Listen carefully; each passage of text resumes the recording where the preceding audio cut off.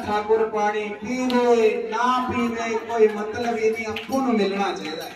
ओ मेरा ते ठाकुर पानी ना पीवे, मेरा ते ठाकुर पानी ना पीवे। इत्थों तक आवाज नहीं जाती, वृंदावन तक कितना बजनी है।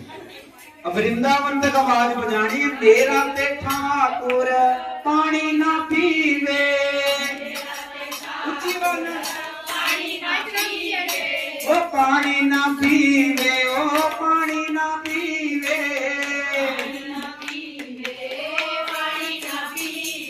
ओ